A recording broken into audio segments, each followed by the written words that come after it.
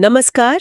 आज हम बिहार की राजनीति की गहराई में उतर रहे हैं। फोकस रहेगा 2025 के विधानसभा चुनाव। हमारे पास कई तरह के स्रोत हैं, कुछ लेख, राजनीतिक विश्लेषण, एक YouTube ट्रांसक्रिप्ट और एक शोध पत्र भी है। मकसद यह है कि बिहार की राजनीति के जो मुख्य खिलाड़ी हैं, अहम मुद्दे और वो जटिल जाति समीकरण, उनको समझा जाए और आगे क्या हो सकता है इस पर भी बात करेंगे। तो चलिए शुरू करते हैं। जी बिल्कुल। और देखिए, बिहार की राजनीति हमेशा से ही जातिगत गठजोड़, नेतृत्व और सामाजिक बदलाव का एक मिक्सचर रही है। हाँ। इस बार भी कई पहलू उभर रहे हैं और इसका एक लंबा इतिहास है। आजादी के बाद कांग्रेस के दबदबे से लेकर फिर पिछड़ी जातियों का उभार। हाँ, वो तो है। अच्छा, शुरुआत करते हैं जो आजकल सियासी गर्मी चल रही है उससे। तेजस्वी यादव काफी हमलावर है नीतीश सरकार पर। हाँ, खासकर भ्रष्टाचार को लेकर वो पीएमसीएच अधीक्षक वाले मामले का जिक्र कर रहे हैं। जी, और कह रहे हैं कि राज्य में उद्योग नहीं है, डबल इंजन सरकार क्या कर रही है वगैरह। बिल्कुल। और ये तेजस्वी का हमला कह सकते हैं कि आरजेडी की चुनावी रणनीति का हिस्सा है, एनडीए गठजोड़ को घेरने की कोशिश। और एक और चीज, आरजेडी ने वो डिजिटल फॉर्स पोर्टल भी लॉन्च किया है। हाँ, मैंने भी सुना। वो सीधे जनता से जुड़ने का प्रयास है शायद। हाँ बिल्कुल, सीधे जुड़ने का और बदलाव की बात करने का। दिखाता है कि वो नए तरीके भी अपना रहे हैं। अच्छा, एक और पेज है AMIM का, असदुद्दीन ओवैसी की पार्टी संकेत दे रही है कि महागठबंधन के साथ जा सकती है। हाँ, ये बात चल रही है। 2020 में उन्होंने सीमांचल में 5 सीटें जीती भी थी, अपनी ताकत दिखाई थी। तो ये महागठबंधन के लिए कैसा रहेगा, आरजेडी और कांग्रेस के लिए? देखिए, ये एक तरह की दुविधा है।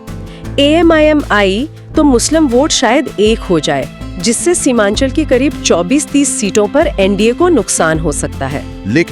लेकिन आरजेडी कांग्रेस को अपने पारंपरिक मुस्लिम वोट बैंक की चिंता है और पहले वो AMIM को वोट कटवा या बीजेपी की बी टीम भी कहते रहे हैं। हाँ, ये तो है।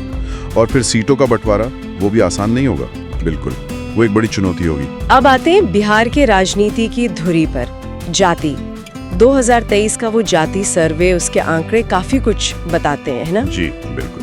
EBC अति पिछड़ा वर्ग करीब 36%, OBC 27%, SC लगभग 20%। हाँ, 19.6% और मुस्लिम 17.7%। तो ये सब मिलकर एक बहुत बड़ा चंक बनता है। तो समीकरण कैसे बनते? आरजेडी का बेस क्या है? देखिए, पारंपरिक रूप से आरजेडी का आधार रहा है मुस्लिम यादव, MY समीकरण जिसे कहते हैं। यादव करीब 14% है। तेजस्वी अब इसे माई बाप कह रहे हैं, MY के साथ बहुजन, अगड़ा, आधी आबादी, गरीब, उसे बढ़ाने की कोशिश है। और नीतीश कुमार, उनका वोट बैंक?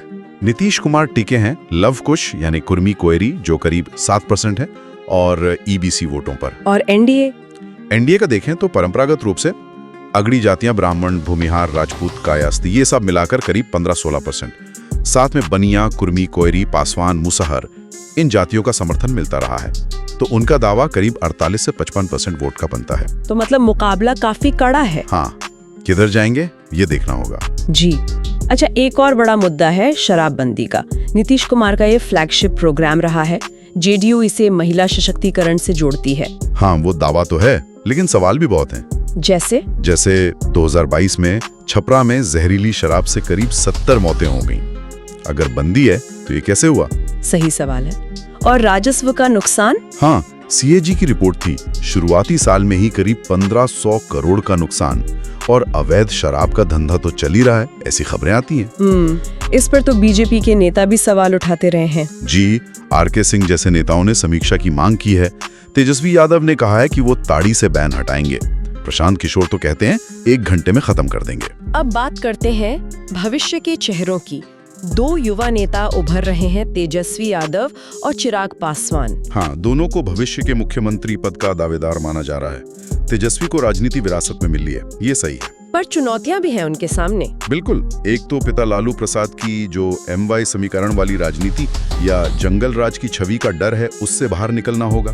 परिवार के अंदर भी सत्ता की खींचतान की बातें आती रहती हैं। और दूसरी तरफ चिराग पासवान? चिराग में एक जुझारूपन दिखा है, जैसे उन्होंने अपने चाचा से पार्टी वापस ली। युवाओं में अपील भी है, लेकिन उनका आधार मुख्य रूप से पासवान वोटों तक ही सीमित है अभी। और वो एनडीए गठबंधन पर, खासकर बीजेपी पर काफी निर्भर हैं। तो उनके लिए आगे क्या? एक बड़ा कदम हो सकता है अपनी पार्टी का बीजेपी में विलय करना। इससे बीजेपी को एक मजबूत दलित चेहरा मिलेगा और चिराग का कद भी बढ़ सकता है। शायद वो राज्य में तेजस्वी के सामने एक विकल्प बन जाए। ये दिलचस्प समीकरण बन सकता है। और बिहार में ये राजनीतिक परिवारवाद, यादव और पासवान परिवार तो है ही, पहले सिन्हा मिश्रा परिवार भी प्रभावशाली रहे हैं। हाँ, ये परिवारवाद उसी ऐतिहासिक प्रक्रिया का हिस्सा है। आजादी के बाद कांग्रेस और उच्च जातियों का प्रभुत्व था, फिर 67 के बाद, खासकर 74 के जेपी आंदोलन के बाद मध्य और पिछड़ी जातियों का उभार हुआ। 90 के बाद ये और तेज हुआ। तो कुल मिलाकर बिहार एक अहम मोड़ पे खड़ा लगता है।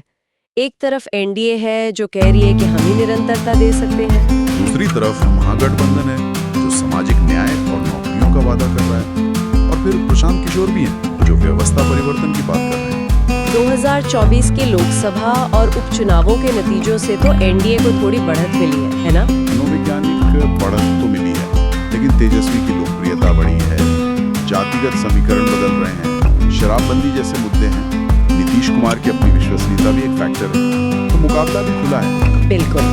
तो अंत में एक सवाल मन में आता है, क्या बिहार की राजनीति कभी इस जाति के जटिल जाल से बाहर निकल पाएगी? क्या कभी पूरी तरह से शासन, विकास, आम आदमी के मुद्दों पर फोकस हो पाएगा? ये एक बड़ा सवाल है। शायद ये आने वाला चुनाव इस सवाल का कुछ हद तक जवाब दे।